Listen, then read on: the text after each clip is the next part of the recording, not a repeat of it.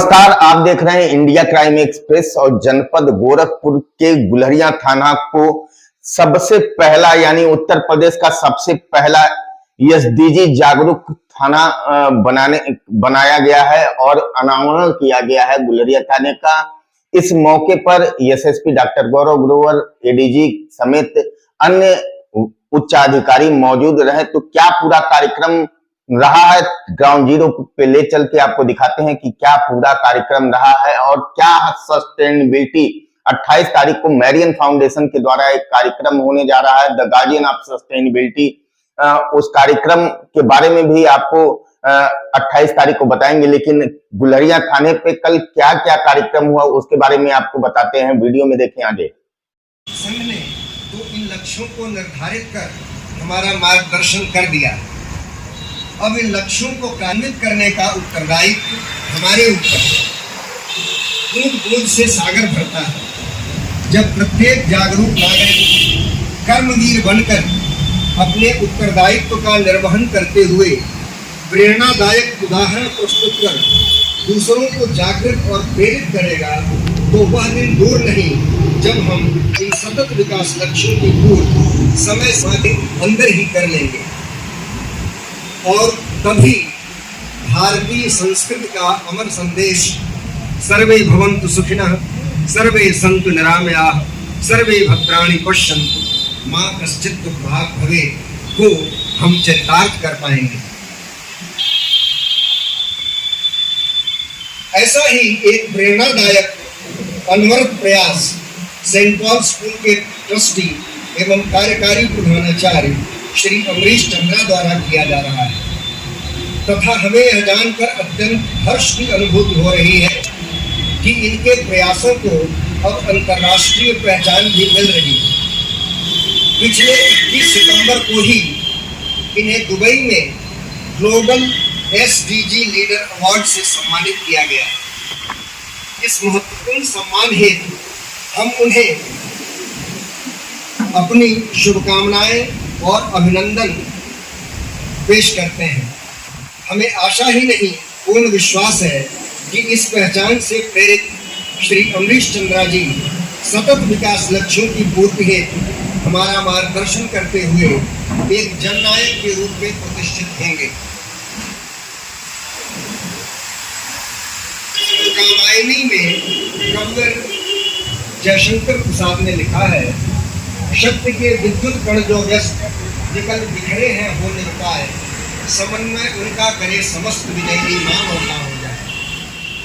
हम सभी लोग शक्ति के विद्युत कण हैं, परंतु बहुत से लोग हमारे बीच में या इस पूरे संसार में सुषुप्तावस्था में व्यस्त, विकल और निरुपाय होकर घूम रहे हैं। हम उन्हें जागृत कर और प्रेरित कर मानवता को विजयी बना सकते हैं।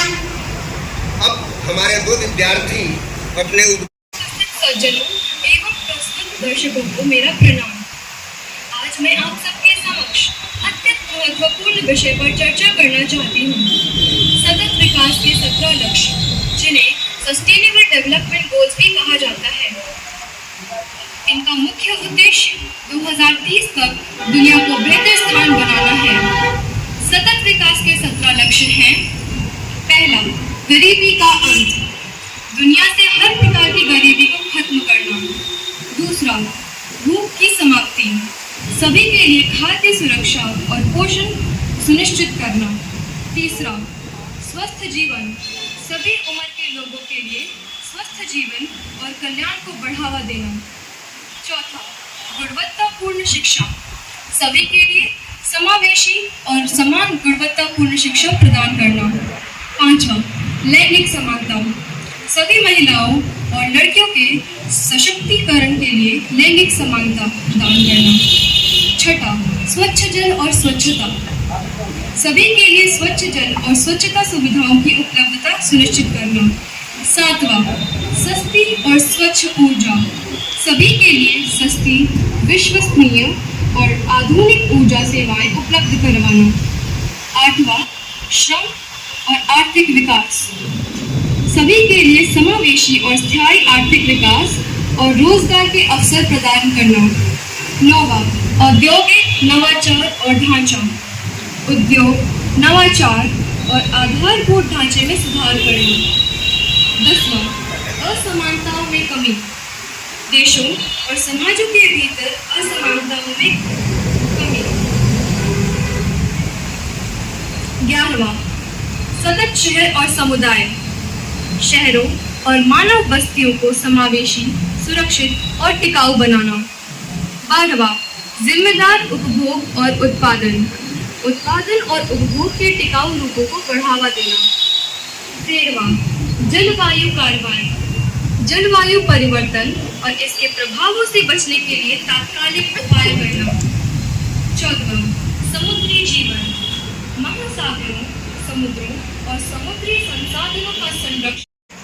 AIB sir, SSP sir, respected police officials, and all members इस थाना फैसिलिटी प्रेजेंट किया। वास्तव में हमारे लिए बड़ी सौभाग्य की बात है।